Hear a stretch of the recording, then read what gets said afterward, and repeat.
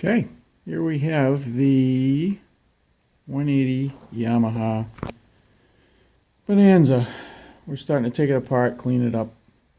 This is the business end of the points, the generator, and the starter, which is all in one unit.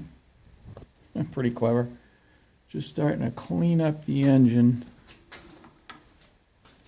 Getting rid of a lot of years of gunk, which is actually coming up pretty good.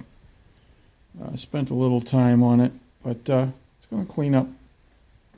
Should look pretty good when we're done. And then we go over here, just to give an update on. We got the cylinders bored. We got some pistons there, brand new pistons and rings, and found a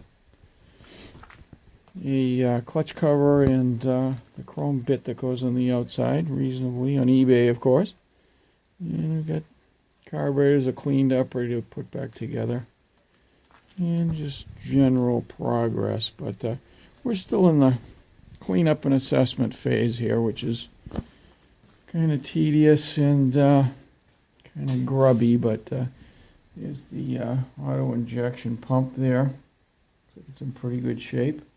Got a couple of new lines for it. We're going to paint the side covers, engine side covers, and do some more cleaning. So thanks for watching.